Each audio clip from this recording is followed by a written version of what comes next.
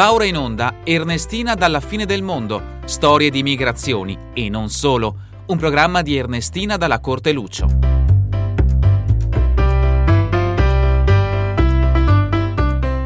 Ciao a tutti, sono Ernestina dalla Corte Lucio e benvenuti a questa puntata speciale di Pasqua del nostro programma di Ernestina dalla fine del mondo, Eccellenze Dolomitiche, dove parleremo di alcune tradizioni popolari veneti di Pasqua. Ci troviamo già in Settimana Santa e senza dubbio la Pasqua è un'epoca molto importante. A Pasqua si fondono tradizioni religiose e popolari, caratteristiche di ogni paese.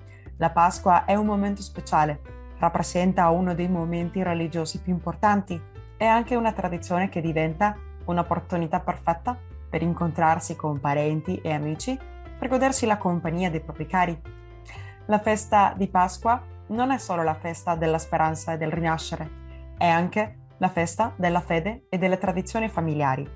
Molto importante, allora, è poter continuare a mantenere vive e tramandare alcune di queste tradizioni che raccontano la storia e la cultura dei paesi e della loro gente, anche se virtualmente. Un elemento presente in tante tradizioni antiche, non solo in Italia ma anche nel mondo, è l'uovo. Non è solo l'uovo di Pasqua di cioccolato, ma anche sodo per mangiare o semplicemente col guscio colorato per giocare. L'uovo è simbolo della vita, della rigenerazione, simbolo della primavera e della vita che rinasce nella natura e nel Cristo risorto. L'uovo è anche un ingrediente comune in tante famiglie e ha profonde radici nella storia dell'umanità. Si fa presente anche in diverse ricette ed è parte della gastronomia di Pasqua. Per esempio, la tipica fugassa veneta o focaccia veneta. Questa deliziosa prelibatezza pasquale è un dolce lievitato naturalmente, che conta con ingredienti come farina, burro, zucchero, uova e marzapane, oltre a mandorle e granella di zucchero. La fugassa è ideale da portare come dessert o merenda. L'uovo è protagonista anche nell'insalata dedicata alla Pasqua, l'insalata pasqualina, poi immancabile all'interno della deliziosa torta pasqualina. Si prevede anche come ingrediente del pasticcio di Pasqua e delle tagliatelle fatte in casa. L'uovo di Pasqua, però, non è parte solo delle gustosissime tradizionali ricette popolari pasquali, ma anche di alcune tradizioni molto divertenti. L'inizio della primavera, in Italia e tutto il nord, oltre a un clima più caldo, diventa l'atmosfera perfetta per le attività all'aria aperta. Scampagnata e picnic sono un'ottima scelta per godersi delle prime giornate di primavera con parenti e amici. A Pasqua la tradizione popolare propone diversi giochi con le uova, usanza condivisa anche in altre parti del centro-nord Europa. Le origini dei giochi con le uova si possono rintracciare già in tempi precristiani. A volte avevano luogo in occasione della semina in riti pagani. In alcune parti dei Paesi Bassi e in Scozia, giusto il lunedì di Pasqua, i più piccoli fanno rotolare delle uova colorate lungo un pendio dove vincerà l'uovo che arriverà più lontano. Un'antica tradizione di Pasqua è il rolo. Questo è un gioco molto popolare anche nel bellunese e ha profonde radici contadine. Da poco è riapparso nell'attività di Pasqua, riproponendo e valorizzando questo gioco della tradizione. I partecipanti devono lasciare andare delle uova sode colorate lungo un piano inclinato con l'obiettivo di colpire le altre uova per poter ripetere così il lancio. Se non succede, l'uovo rimane nell'arena sabbiosa di forma ovoidale, diventando anche un elemento a colpire. Rolo sicuramente prende il nome dall'azione che fa l'uovo di rotolare. Qualcosa di simile al rolo lo troviamo in Slovenia, dove si lascia scivolare l'uovo come nel gioco delle bocce per colpire le altre uova già sul campo. Un'altra attività tipica del tempo di Pasqua è il gioco della righea. Qui, in un catino di terra e argilla, si fanno rotolare uova sode dipinte con vari colori e cercando di colpire quelli degli avversari. Senza dubbio, è un gioco tipicamente pasquale di cui esistono molte varianti.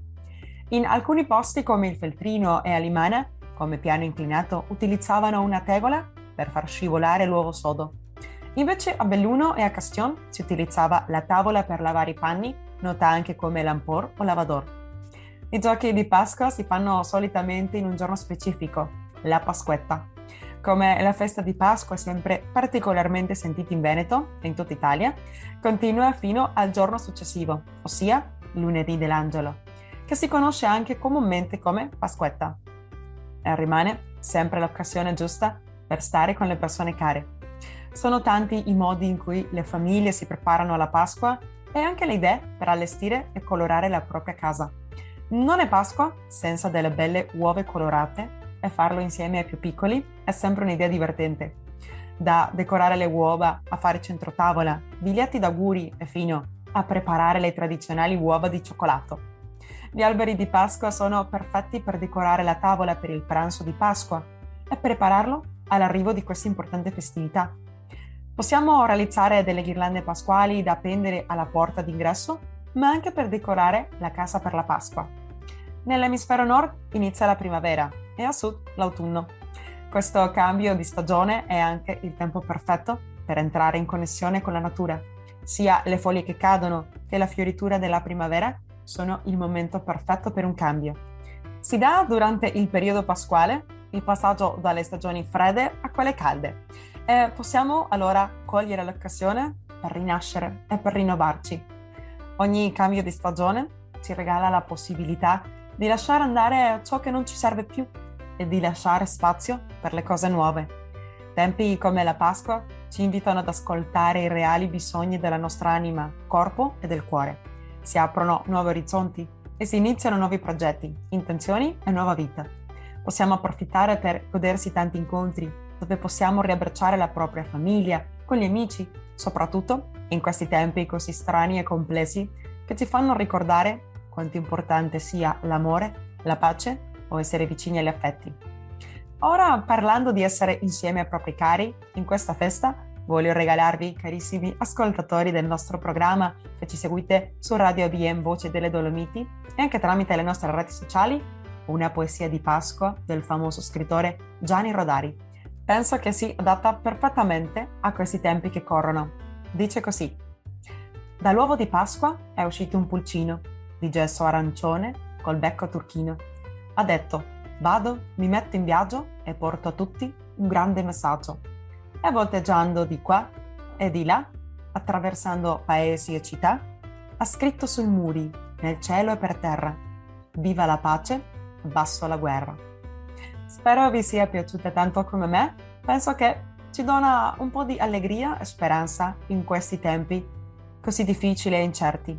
Noi, nella redazione del programma Ernestina dalla fine del mondo e anche dalla famiglia bellunese dell'Argentina, vogliamo augurare una santa e serena Pasqua di Resurrezione per tutti voi bellunesi nel mondo. Speriamo che sia una giornata di pace e luce per le vostre famiglie e i vostri più cari. Vi aspettiamo alla prossima puntata. Arrivederci amici. E come dice il nostro motto, vicini e lontani, mai soli. Auguri di buona Pasqua a tutti. Ringraziamo Ignazio dalla Corte Lucio per la musica e il montaggio e Patrizia Lucio alla regia. Avete ascoltato Ernestina dalla fine del mondo, storie di migrazioni e non solo, un programma di Ernestina dalla Corte Lucio.